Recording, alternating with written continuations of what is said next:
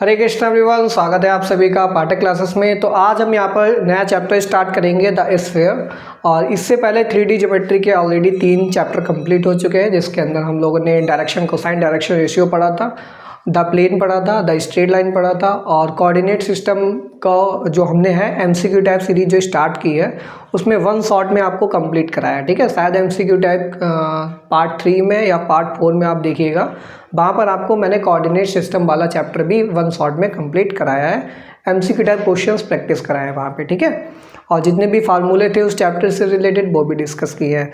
आज हमारा चैप्टर रहने वाला है द स्फीयर। तो स्फीयर के बारे में पढ़ेंगे, ये हमारा नेक्स्ट चैप्टर है 3D ज्योमेट्री का। ठीक है, तो देखिए जैसे हमारे पास एक सर्कल होता है सर्कल क्या होता है, 2D फिगर होता है। ठीक है, 2 डायमेंशन में होता है। वहाँ पर उसका हम एरिया निकाल पाते हैं इजीली, पाई आर स्क्वायर से एरिया दिया जाता है। ठीक है, बट वही अगर एक सर्कल आप रिवॉल्व कराएं, ठीक है, सर्कल को अगर आप लोग रिवॉल्व कराते हैं तो रिवॉल्व कराने के बाद एक शेप बनेगा। ठीक है, उस शेप को ही क्या बोलते हैं, स्फीयर बोलेंगे। ठीक है, तो वहाँ पर क्या होगा, जैसे सर्कल के अंदर एक सेंटर होता है, सेंटर से फिक्स डिस्टेंस होती है उसके सरकमफेरेंस पे, जिसको रेडियस बोलते हैं। तो वैसे जब 3D में आएंगे, उस सर्कल को रिवॉल्व कराएंगे, तो रिवॉल्व कराने के बाद जो स्फीयर बनेगी, उस स्फीयर के अंदर भी एक सेंटर होगा। उस सेंटर से उसकी बाउंड्री पे जो फिक्स डिस्टेंस होगी उसको उसका रेडियस बोला जाएगा। ठीक है, और यहाँ पर डायग्राम के थ्रू भी मैंने आपको दिखाया है। जैसे कि ये हमारे पास एक स्फीयर है, स्फीयर का सेंटर C हो गया, और इसकी बाउंड्री पे एक हमने पॉइंट ले लिया है जो कि मूवेबल पॉइंट है, यानी कि जो मूव करेगा, और इस मूविंग पॉइंट का नाम हमने P दे दिया है। ठीक है, C हमारे पास ये भी पॉइंट है, ये फिक्स्ड पॉइंट है, इस फिक्स्ड पॉइंट को सेंटर बोलेंगे।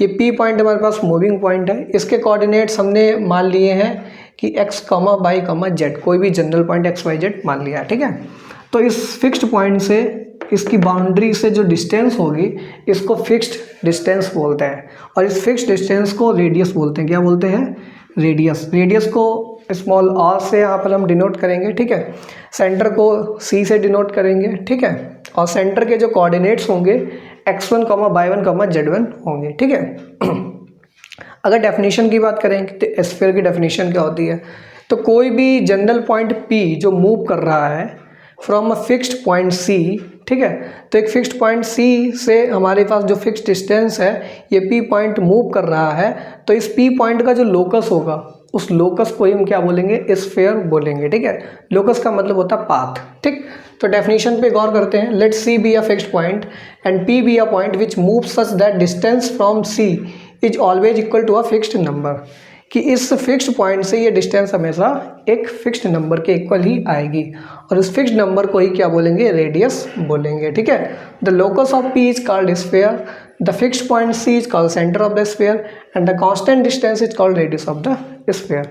तो ये जो डिस्टेंस है ये हमेशा मेंटेन रहेगी। आप किसी भी पॉइंट पे, किसी भी पाथ पे चले जाइएगा स्फीयर के बाउंड्री पे, ये जो CP डिस्टेंस है ये हमेशा एक कांस्टेंट R के बराबर आएगी। ठीक है, अगर इसकी इक्वेशन की बात करेंगे, स्फीयर की इक्वेशन कैसे लिखी जाएगी, तो आपको पता है ये CP है। CP क्या है, डिस्टेंस है। ठीक है, CP किसके इक्वल है, रेडियस R के इक्वल है।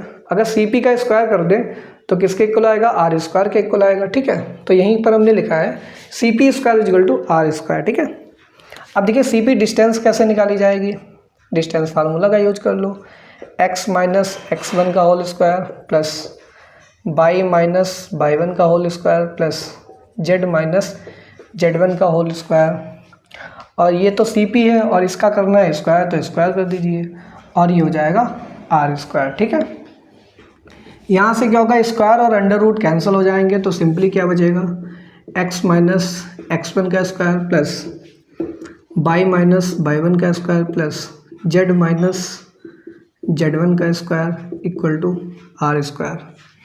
ये हमारे पास हो गई इक्वेशन ऑफ स्फीयर। ठीक है, स्टैंडर्ड इक्वेशन हो गई है किसी भी स्फीयर की। अगर आपके पास सर्कल होता तो सर्कल का इक्वेशन कैसे लिखते हैं, x माइनस x1 का square plus y minus y1 का square equal to R square. x1 y1 वहाँ पर सेंटर होता था, यहाँ पर 3D है तो 3D में एक और कोऑर्डिनेट बढ़ गया, z माइनस z1 का square equal to R square.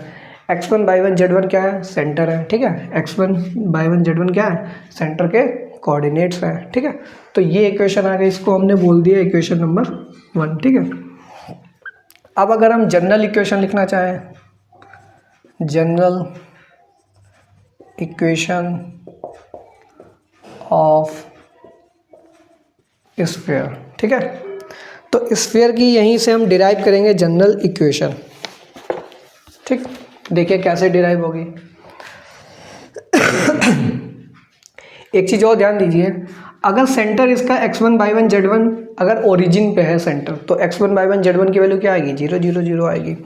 तो यहीं से हमारे पास दूसरी इक्वेशन निकल के आएगी, यहाँ पर x - 0 तो सिंपली x² बचेगा, y - 0 प्लस y² बचेगा, z - 0 प्लस z² बचेगा इक्वल टू r²। तो ये इक्वेशन भी स्फीयर की है जब सेंटर हमारे पास किस पे है, ओरिजिन पे। ये इक्वेशन नंबर 1 है, ये इक्वेशन नंबर 2 है, और यहाँ पर लिख लीजिए centre at origin, centre at origin. तो ओरिजिन पे सेंटर है, इसका मतलब क्या है, 0,0,0 कोऑर्डिनेट इसके होंगे, ठीक है।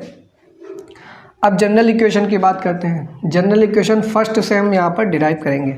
ये हमारे पास जो फर्स्ट इक्वेशन आई है, यहीं से हम जनरल इक्वेशन को फाइंड आउट करेंगे, ठीक है। देखिए कैसे फाइंड आउट की जाएगी। इसको ओपन कर दीजिए, तो ये हो जाएगा x² प्लस x1² माइनस का 2x(x1) हो जाएगा, ठीक है, plus y² plus y1² minus का 2y(y1) हो जाएगा, plus z² plus z1² minus का 2z(z1) हो जाएगा इक्वल टू r², ठीक है। अब यहाँ से क्या करेंगे, x² plus y² plus z² वाले टर्म एक साथ लिख लीजिए, x² y² z², ठीक है। फिर इसके बाद कौन कौन से टर्म बचे हैं आपके पास, माइनस का 2x(x1) माइनस का 2y(y1) माइनस का 2z(z1), ठीक है। और यहाँ से क्या बचेगा, प्लस का x1², ठीक है, प्लस का y1² प्लस का z1² इक्वल टू क्या हो जाएगा, ये r² हो जाएगा, ठीक है।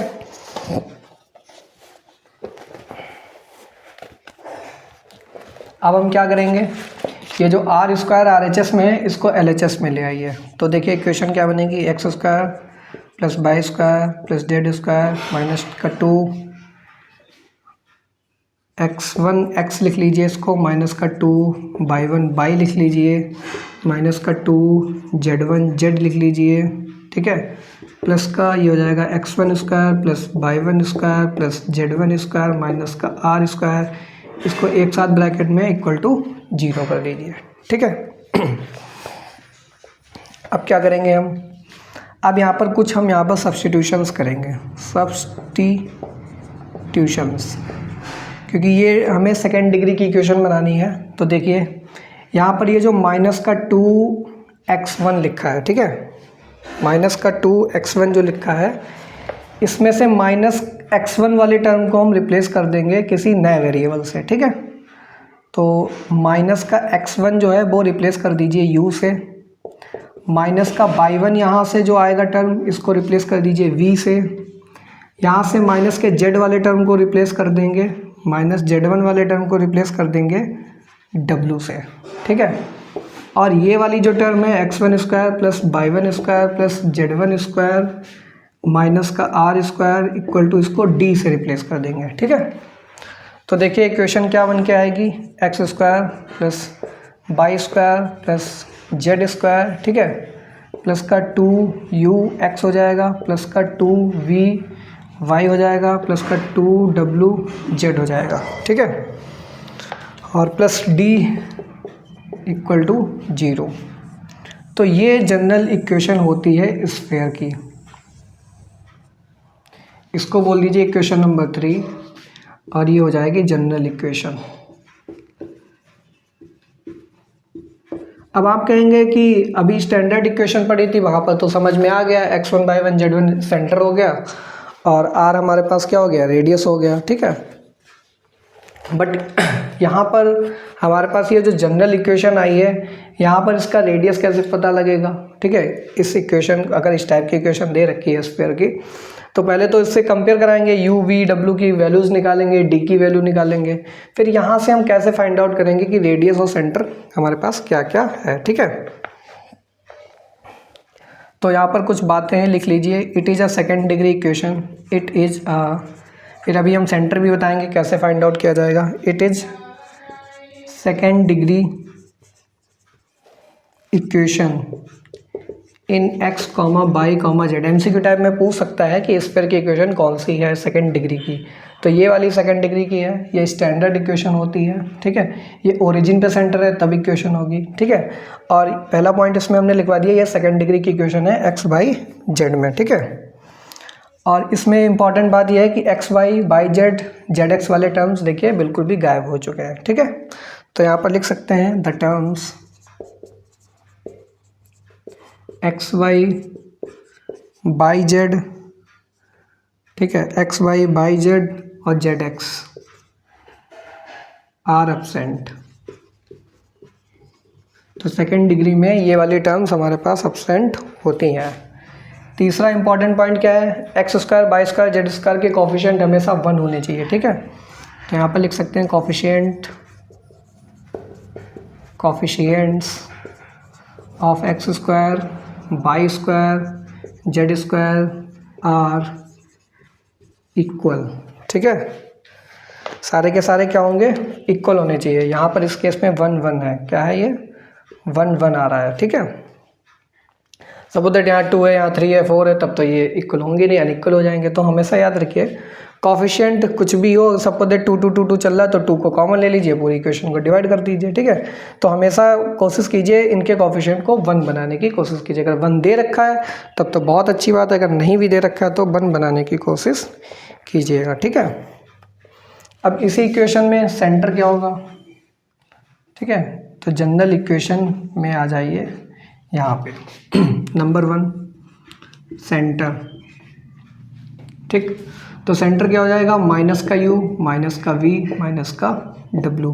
क्योंकि सब्स्टिट्यूशन जो किए हैं x1, y1, z1 ही तो सेंटर है, तो x1 की वैल्यू क्या हो जाएगी, माइनस u हो जाएगा, y1 की वैल्यू माइनस v हो जाएगी, z1 की वैल्यू माइनस w हो जाएगा। तो ये तो हमारे पास सेंटर हो गया। ठीक है, उसके बाद अगर रेडियस की बात करें तो रेडियस क्या हो जाएगा आपके पास, तो रेडियस इक्वल टू हो जाएगा under root u square plus b square plus w square और माइनस का d हो जाएगा। ठीक, तो u square, b square, w square minus d। तो अगर आप लोग u स्क्वायर रखेंगे तो x1 स्क्वायर हो जाएगा, y1 स्क्वायर हो जाएगा, z1 स्क्वायर हो जाएगा, और d की वैल्यू क्या है, ये है देखिए। और माइनस करेंगे तो x1 स्क्वायर कैंसिल हो जाएगा, y1 स्क्वायर कैंसिल हो जाएगा, z1 स्क्वायर कैंसिल हो जाएगा, माइनस माइनस प्लस का r स्क्वायर आएगा, और r स्क्वायर अंडर रूट के बाहर सिंपली r के बराबर आ जाएगा। ठीक है, तो सेकेंड डिग्री की इक्वेशन के अंदर सेंटर और रेडियस ऐसे फाइंड आउट किया जाता है। और स्टैंडर्ड में आपको तो पता ही x1, y1, z1 सेंटर होता है और रेडियस r होता है। ठीक है, तो ये हम लोगों ने जनरल इक्वेशन पढ़ ली स्फीयर की। ठीक है, अब एक दो क्वेश्चंस देखते हैं, फिर इसकी एक हम फॉर्म बताएंगे कि अगर इसका डायमीटर दे रखा है स्फीयर का तब उसकी इक्वेशन कैसे फाइंड आउट करेंगे। ठीक है, तो पहले तो इसको नोट डाउन कर लीजिए, फिर डायमीट्रिक इक्वेशन पढ़ते हैं, फिर क्वेश्चंस यहाँ पर सॉल्व कराते हैं।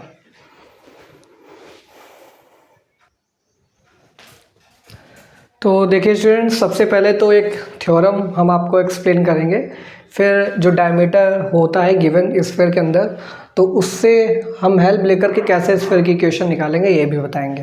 सबसे पहले थ्योरम क्या कहती है कि डायमीटर अगर आपके पास है तो डायमीटर के जो एंड पॉइंट्स हैं, जैसे कि ए और बी 2 एंड पॉइंट हैं इस डायमीटर के, तो इसके जो एंड पॉइंट होंगे वो बाउंड्री पे, स्फीयर की बाउंड्री पे किसी भी पॉइंट पे आप अगर इनको ज्वाइन कराएंगे, सपोज दैट हमने पी पॉइंट लिया है तो पहला एंड पॉइंट पी को ज्वाइन कराओ, दूसरा एंड पॉइंट पी को ज्वाइन कराओ, तो जिस पॉइंट पे आपने ज्वाइन कराया है डायमीटर के एंड पॉइंट्स को, उस पॉइंट पी पे हमेशा एक 90 डिग्री का ही एंगल बनेगा। यानी कि डायमीटर के थ्रू आप किसी भी पॉइंट पे, यानी कि बाउंड्री पे आप कोई भी पॉइंट ले लीजिए, हर पॉइंट पे हमेशा एंगल कितना बनेगा, 90 डिग्री बनेगा। The diameter of A sphere always subtend a right angle at any point of the surface of the sphere. ठीक है, तो यहाँ पर हमको देखने को मिल रहा है कि एंगल ए पी बी क्या है, 90 डिग्री है। तो एंगल ए पी बी कितना हो गया, 90 डिग्री हो गया। अब आपको पता है कि एंगल अगर 90 डिग्री है तो अगर हम यहाँ पर वेक्टर फॉर्म में रिप्रेजेंट करना चाहें तो एक वेक्टर क्या हो जाएगा, ए पी वेक्टर हो जाएगा और दूसरा हो जाएगा पी वी वेक्टर हो जाएगा। कैसा हो जाएगा, पी वी वेक्टर हो जाएगा। ठीक है, अब दो वेक्टर के बीच का एंगल कितना है, 90 डिग्री। तो इनका अगर डॉट प्रोडक्ट कराते हैं तो दो वेक्टर्स का डॉट प्रोडक्ट इक्वल टू क्या होगा, जैसे सपोज ए वेक्टर है बी वेक्टर है, ठीक है, तो ए डॉट बी क्या होता है, ए बी कॉस थीटा होता है। तो भाई हमने लिखा है ए यानी कि इसका मैग्नीट्यूड, बी का मैग्नीट्यूड, कॉस थीटा, थीटा कितना है 90 डिग्री, कॉस 90 जीरो होता है। तो इन दोनों का डॉट प्रोडक्ट क्या हो जाएगा, जीरो के इक्वल हो जाएगा। ठीक है, जब आप डॉट कराएंगे तो डॉट प्रोडक्ट क्या होता है कि स्केलर होता है। तो यहाँ पर आंसर क्या निकल के आएगा, स्केलर। तो देखिए ए पी डिस्टेंस और पी बी डिस्टेंस, जब आप लोग ए पी और पी बी वैक्टर निकालेंगे और जब दोनों का डॉट कराएंगे तो फाइनल रिजल्ट देखिए क्या निकल के आएगा, x minus x one, x minus x two plus y minus y one, y minus y two plus z minus z one, z minus z two equal to क्या हो जाएगा, जीरो हो जाएगा। ठीक है, तो ये आपके पास इक्वेशन निकल के आ गई है डायमीटर फॉर्म। तो जब डायमीटर दे रखा हो, डायमीटर के एंड पॉइंट दे रखे हैं x1 y one z one, x2 y two z two. ठीक है, तो ये हमारे पास इक्वेशन नंबर 4 आ गई जो कि डायमीटर की इक्वेशन दे रखी है। काफ़ी इजी है, समझा भी दिया कैसे फॉर्म होकर के आई है। जब आप इसको सॉल्व करेंगे इस इक्वेशन को, वेक्टर की इक्वेशन को, तो वेक्टर प्रोडक्ट कराना तो आप लोगों को आता ही है, स्केलर प्रोडक्ट। ठीक है, अब देखिए यहाँ पर कुछ क्वेश्चंस को हम यहाँ पर सॉल्व कर लेते हैं। ठीक है, तो क्वेश्चन लिखिए, क्वेश्चन नंबर 1। क्वेश्चन नंबर 1 क्या है, find the equation, find the equation of sphere passing through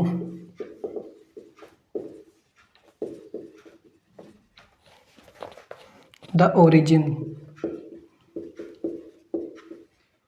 origin से पास हो रहा है and making intercepts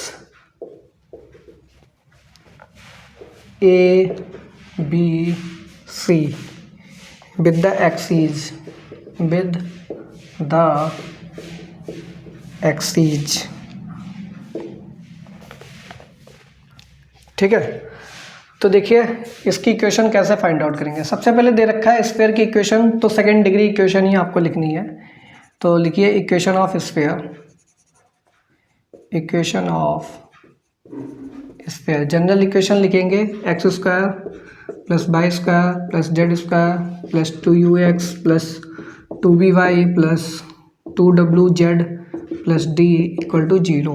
ठीक है, अब यहाँ पर पता है sphere passes through origin, sphere passing through origin, origin का मतलब है 0,0 कोऑर्डिनेट हो जाएंगे। इसको इक्वेशन नंबर 1 बोल दिया। अब जैसे ही एक्स वाई जेड की वैल्यू यहाँ पर 0 पुट करेंगे तो देखिए क्या आ जाएगा, डी की वैल्यू आ जाएगी 0 के इक्वल। ठीक है, जैसे ही डी की वैल्यू 0 के इक्वल आएगी तो इक्वेशन नंबर 1 क्या बन जाएगी, x square plus Y square plus Z square plus 2ux plus 2vy plus 2wz is equal to 0। ठीक है, अब आपको पता है इंटरसेप्ट विद दे रखे हैं, इंटरसेप्ट्स आर, एक्स एक्सिस पे जो इंटरसेप्ट बन रहा है वो क्या बन रहा है, ए पॉइंट बन रहा है, यानी कि उसका कोऑर्डिनेट क्या होगा, एक्स एक्सिस पे। तो एक्स एक्सिस पे जो इंटरसेप्ट होगा उसको हम स्मॉल ए से रिप्रेजेंट कर देंगे, बाकी बाई जेड तो 0 0 हो जाएगा। ठीक है, ऐसे ही बाई एक्सिस पे देखिए, बाई एक्सिस पे बी पॉइंट बोल देंगे, उसका कोऑर्डिनेट क्या हो जाएगा, 0 B 0 हो जाएगा।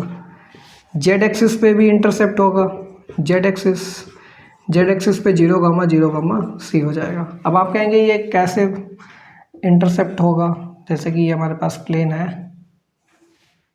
ठीक है, तो ये स्फीयर क्या होगी, ओरिजिन से पास होगी। ठीक है, और ओरिजिन से पास होते टाइम ये कुछ इस जैसे 2D में हम आपको दिखा सकते हैं। 2D में जैसे ये सर्कल है,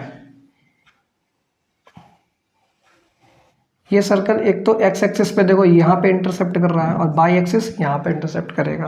ठीक, तो यहाँ पर कह रहा है ये स्फेयर है, ये 3D में दिखाना पॉसिबल नहीं है, तो बस इतना समझिए एक्स एक्सिस पे कट करेगा, बाई पे कट करेगा और ये स्फेयर जेड पे कट करेगी और ओरिजिन से पास होगी। ठीक है, तो जब एक्स वाई जेड पे कट कर रही है, एक्स पे ए पॉइंट है, बाई पे बी पॉइंट है, जेड पे सी पॉइंट है, ये हमारे पास इंटरसेप्ट आ गए। ठीक है, अब अगर ये इंटरसेप्ट आ गए हैं तो ये सारे के सारे सेटिस्फाई करेंगे इस इक्वेशन को। इसको हमने बोल दिया इक्वेशन नंबर 2। ठीक है, ये कौन सी इक्वेशन आ गई? Equation number 2।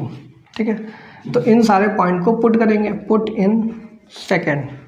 ठीक, तो सेकेंड में पुट कर लीजिए। तो पहले ए पॉइंट के लिए निकालेंगे फॉर ए, तो ए के कोऑर्डिनेट क्या है? ए कमा 0, तो बाई जेड तो 0 कर दीजिए, तो यहाँ पर ये बचेगा ए स्क्वायर और प्लस का 2u a। ठीक है, बाकी सब 0 हो जाएगा। ऐसे बी के लिए निकाल लो, फॉर बी के लिए क्या आ जाएगा? B square plus 2bv equal to 0। ऐसे सी के लिए निकाल लो, फॉर सी के लिए क्या आएगा? C square plus 2wc equal to 0 आएगा। ठीक है, यहाँ से मैं u v w की वैल्यूज़ निकाल लेनी है। यहाँ से u की वैल्यू क्या आएगी? ए स्क्वायर आर एच एस में जाएगा, माइनस का ए स्क्वायर हो जाएगा, तो u इक्वल टू क्या हो जाएगा? माइनस का ए स्क्वायर अपॉन 2a होगा, तो a से a कैंसिल होगा, तो माइनस का a अपॉन 2 बचेगा। ठीक है, माइनस का a अपॉन 2 आएगा। सिमिलरली यहाँ से v की वैल्यू निकालेंगे जो कि आएगा माइनस का b अपॉन 2 आएगा। यहाँ से w की वैल्यू निकालेंगे जो कि आएगा माइनस का c अपॉन 2 आएगा। ठीक है, तो देखिए इस इक्वेशन के अंदर अननोन क्या थे? एक तो u था, दूसरा v था, तीसरा w था और d की वैल्यू तो हम फाइंड आउट ही कर चुके हैं जो कि 0 आ रही है। अब इन सारी वैल्यूज़ को पुट कर देंगे ओरिजिनल इक्वेशन में, जो कि हमारे पास ये है। फर्स्ट में d को तो 0 पुट कर दिया, तभी सेकंड में, नहीं तो सेकंड में पुट करेंगे, पुट इन सेकंड। तो सेकंड में जब पुट करेंगे तो देखिए क्या आंसर आएगा? X square plus by square plus Z square 2ux, u की वैल्यू कितनी है? माइनस का a अपॉन 2, तो 2 से 2 कैंसिल हो जाएगा, तो बचेगा माइनस का ax, माइनस का ax, ये बचेगा माइनस का by माइनस का cz। ठीक है, इक्वल टू 0। ठीक, तो यही हम आपके पास इक्वेशन निकल के आ गई। तो देखिए ये स्फीयर की इक्वेशन है। फिर से आपको एक्सप्लेन किए दे रहे हैं। स्फीयर सेकेंड डिग्री की इक्वेशन लिखेंगे। सेकेंड डिग्री लिखने के बाद आपको पता है ओरिजिन से पास हो रही, तो एक्स वाई जेड की वैल्यू यहाँ पे 0 पुट करेंगे। डी का आंसर कितना आ गया? 0। अब डी पता लगा लिया, इसके बाद आपको यू वी डब्ल्यू की वैल्यू और फाइंड आउट करनी है। इसके लिए इंटरसेप्ट दे रखे हैं कि ये sphere A point, B point, C point के थ्रू होकर के जाएगी। इन पॉइंट को इनमें जैसे इक्वेट कराएंगे तो 3 इक्वेशन आएंगी। पहली से यू की वैल्यू निकलेगी, दूसरी से वी की निकलेगी, तीसरी से डब्ल्यू की निकलेगी। तो यू वी डब्ल्यू और डी इन चारों की वैल्यूज को पुट कर दीजिए स्फीयर के इक्वेशन में, तो ये जनरल इक्वेशन आ जाएगी। X square plus Y square plus Z square minus a x minus b y minus c z is equal to 0। ये स्फीयर की इक्वेशन हो जाएगी। ठीक है, नोट डाउन कर लीजिए, फिर कुछ और क्वेश्चन कराते हैं।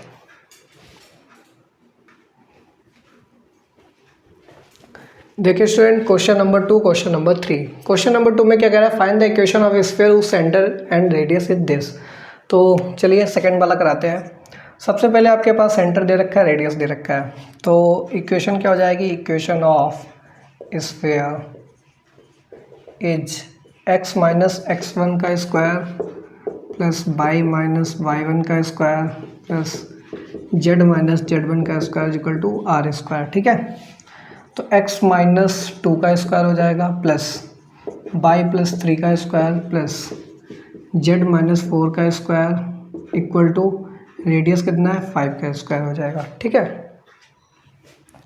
अब देखिए यहाँ पर इसको सेकेंड डिग्री में अगर कन्वर्ट करना है तो इसको ओपन कर दीजिए, तो हो जाएगा x square plus Y square plus Z square. ठीक है, फिर यहाँ से क्या बनेगा? माइनस का 4x, यहाँ से क्या बनेगा? प्लस का 6y, यहाँ से क्या बनेगा? माइनस का 8z। ठीक है, और कांस्टेंट टर्म एक साथ लिख लीजिए, तो प्लस का 4 हो जाएगा, प्लस का 9 हो जाएगा, प्लस का 16 हो जाएगा और ये माइनस का 25 इक्वल टू 0।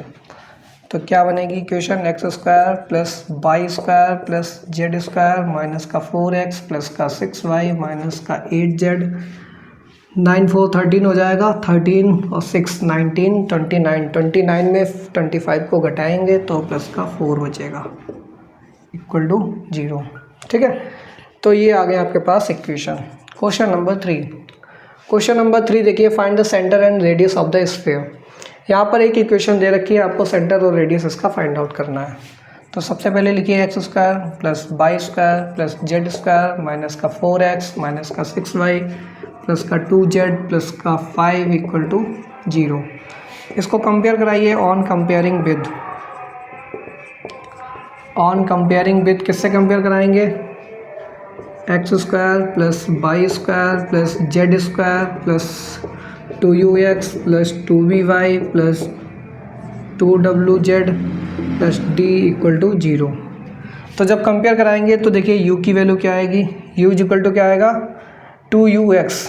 ठीक है, तो 2x के साथ यहाँ पर आ जाएगा u की वैल्यू आ जाएगी माइनस का 2। ठीक है, और v की वैल्यू क्या आ जाएगी यहाँ से माइनस का 3। ठीक है, और w की वैल्यू क्या आ जाएगी प्लस का 1 आ जाएगा। ठीक है,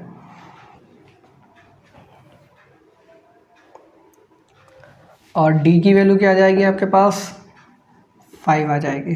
ठीक है, तो देखिए सेंटर क्या हो जाएगा, centre equal to minus u minus v minus डब्लू, तो ये हो जाएगा 2, 3, -1। ठीक है, और रेडियस क्या आएगा आपका, radius equal to under root u square plus v square plus डब्ल्यू स्क्वायर माइनस का डी इक्वल टू, तो 4 हो जाएगा, 9 हो जाएगा, 1 हो जाएगा माइनस का 5। तो 9 4 13, 13 में 1 ऐड किया 14। ठीक है, 14 में 5 को घटाएंगे तो अंडर रूट 9 इक्वल टू 3 आ जाएगा। ठीक है,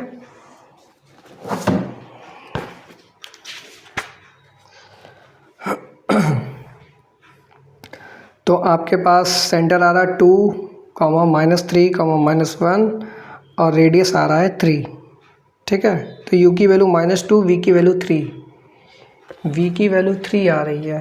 तो लेट मी, अच्छा ठीक है, ये प्लस का 6y है तो ये प्लस का 6y होगा, तो ये प्लस का 3 होगा, तो ये माइनस का हो जाएगा। ठीक है, अब सही है, तो आपके पास सेंटर आ गया और आपके पास रेडियस भी निकल के आ गई है। ठीक है, तो इस तरीके से एक क्वेश्चन मैं आपको होमवर्क दे रहा हूँ। Question number 4, find centre and radius of sphere. ठीक है, 2x square plus 2y square plus 2z square minus का 2x प्लस का 4y माइनस का 6z इक्वल टू 15। ठीक है, तो यहाँ पर आप लोग एक काम कीजिएगा कि इस इक्वेशन को सबसे पहले 2 से डिवाइड कर दीजिए ताकि इसके कोफिशिएंट 1 1 1 बन जाए। फिर इसके बाद इसको कंपेयर कराइएगा, u v w d की वैल्यू निकालिए, फिर सेंटर और रेडियस आप लोग फाइंड आउट कीजिएगा। ठीक है, तो ये क्वेश्चन है आपके लिए होमवर्क में। तो आज की क्लास के लिए इतना ही रखते हैं। नेक्स्ट क्लास में हम यहाँ पर स्फीयर से रिलेटेड टॉपिक पढ़ेंगे, प्लेन सेक्शन पढ़ेंगे। ठीक है, इंटरसेक्शन ऑफ 2 स्फीयर्स पढ़ेंगे। ठीक है, और स्फीयर और सर्कल जब दोनों एक साथ पास होंगे तब इक्वेशन कैसे निकालेंगे, तो ये चीज़ें हम पढ़ेंगे कल की नेक्स्ट क्लास में। ठीक है, तो मिलते हैं नेक्स्ट क्लास में, तब तक के लिए thanks for watching, have a good day.